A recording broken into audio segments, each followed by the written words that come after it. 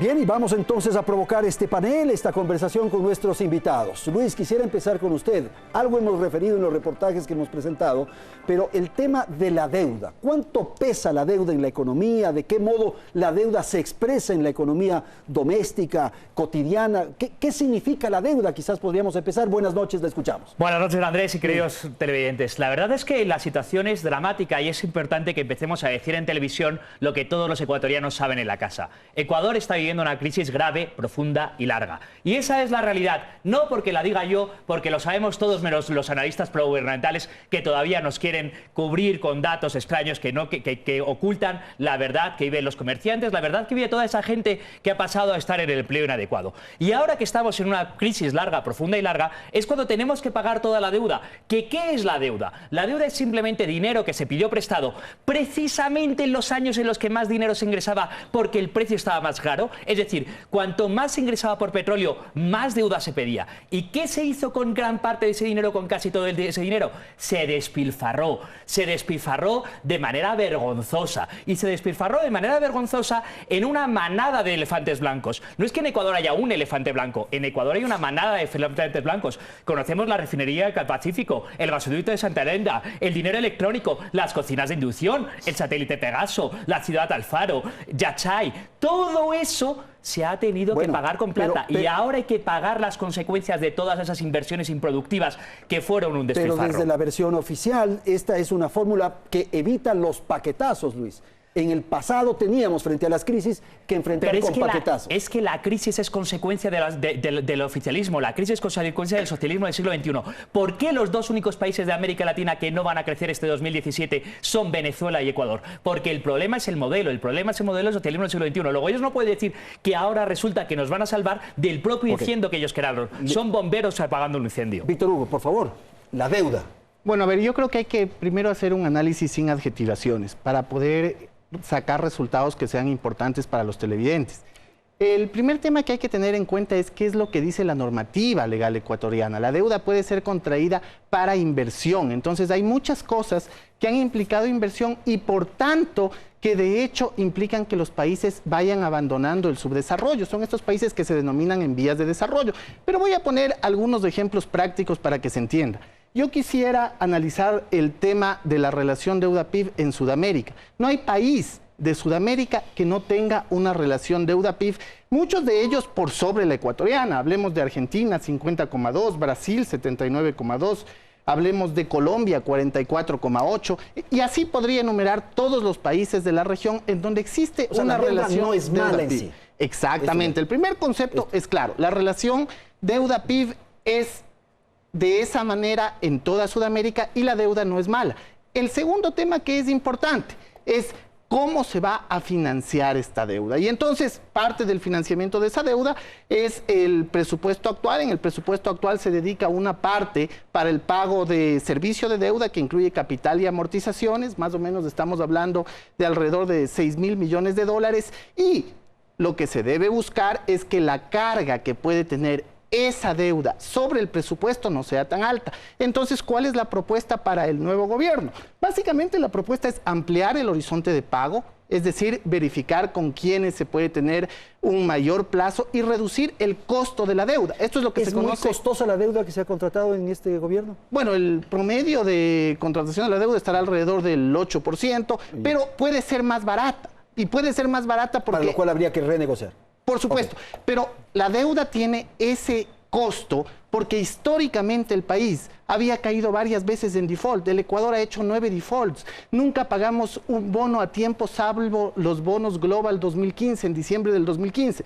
Entonces yo creo que tenemos una nueva institucionalidad y que el país ahora puede acercarse a organismos internacionales y a multilaterales, bilateralmente también, y renegociar la deuda. Mauricio Pozo, deuda. Andrés, la deuda a este momento representa el 51% del PIB. No es la cifra que debe el gobierno. 28 dice el gobierno. El gobierno hábilmente elimina la deuda que tiene el Estado con la seguridad social. El gobierno elimina y no registra las obligaciones que tiene el Estado con el Banco Central. Los préstamos que le da a cambio de papeles. no registra las operaciones de corto plazo, no registra los atrasos, no registra todo lo que son los CETES, no registra el préstamo de Goldman Sachs, no registra las ventas anticipadas de petróleo. Perdón, ¿y técnicamente Entonces, debería registrar? son obligaciones que hay que pagar y circunscribir el tema de lo que está catalogado como deuda interna y externa y de ahí sacar una conclusión es absolutamente equivocado. No solamente porque el porcentaje no es ni el 29, ni el 30, ni el 39, sino el 51, no solamente por eso, sino porque el flujo de recursos que se tiene que pagar por obligaciones, que no es solamente capital e intereses, es todo el resto que estoy citando, eso te come mucho más de lo que se recibe por concepto de impuestos y es bastante más de lo que se gasta en educación y salud. Así que la deuda sí es un problema para el Ecuador. Tan problema es para el Ecuador que esto incide en indicadores como el propio riesgo país, que lo ubican, como bien se mencionó, como el segundo país más riesgoso de la región. Y no solamente en riesgo país, en la cola también estamos en inversión extranjera, que es el país que está con una cuarta parte probablemente de lo que debería recibir, abajo de países como Uruguay, que es un país que es la tercera parte del PIB del Ecuador y que recibe 3 o 4 veces más que el Ecuador. Mauricio, siempre Entonces, en eso no hay cómo hemos confundirse. estado endeudados, unas veces Es más, que- otras veces menos, siempre el Es país que, ha estado Andrés, endeudado. la relación deuda-PIB Es- que nosotros tenemos del 51, a pesar que diga lo que diga el gobierno, y otros países tienen que el 70, es una lectura absolutamente parcial y miope del problema. Porque usted puede tener una relación 80 sobre PIB, pero puede pagar eso en 30 años al 2%, pues.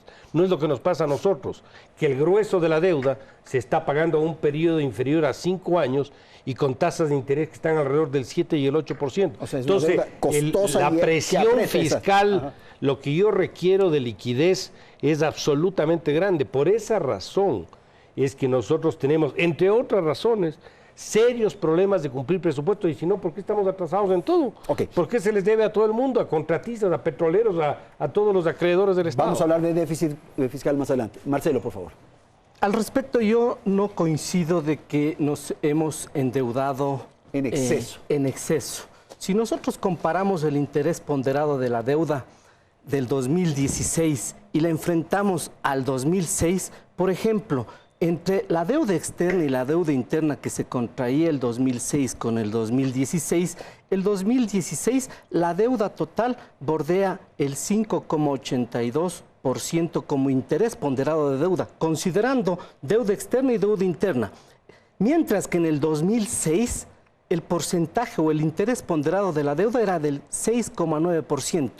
Y entonces, lo que nosotros vemos es que, y posiblemente la razón puede ser, sí, nos endeudamos en menores tiempos y a mayores tasas, porque obviamente así son las formas de endeudarse, pero yo estoy de acuerdo con Mauricio, si nos hubiésemos endeudado a más largo tiempo, hubiésemos obtenido menores tasas, pero el gobierno posiblemente asumió que dado que los precios del petróleo estaban altos, yo podía endeudarme en el menor tiempo posible y podía pagar. Pero cuando yo sufro esos shocks externos de caída de precio del petróleo, posiblemente toda mi planificación se puede ir al piso. Y eso es lo que realmente ha sucedido. Pero adicionalmente hay que considerar algo. Antes de este gobierno, Andrés, la deuda era ilimitada. Nosotros nos podíamos endeudar ilimitadamente y no tenía una finalidad la deuda. Yo me podía endeudar para pagar sueldos y salarios, yo me podía endeudar incluso hasta para pagar la misma deuda. Ahora no lo puedo hacer. El 40%. Exactamente, se puso una regla y un límite al endeudamiento del 40%. Entonces la pregunta sería, ¿por qué este gobierno puso esa regla de endeudarnos al 40% y se obliga a que eso se tiene que direccionar cualquier monto de endeudamiento, sí y solo sí, a inversión pública? Ok, tengo que ir a un corte comercial. Vamos a ir a la publicidad y retornamos en un instante para luego provocar ya una discusión, un debate sobre el tema de esta primera ronda de intervención de nuestros panelistas. En un instante.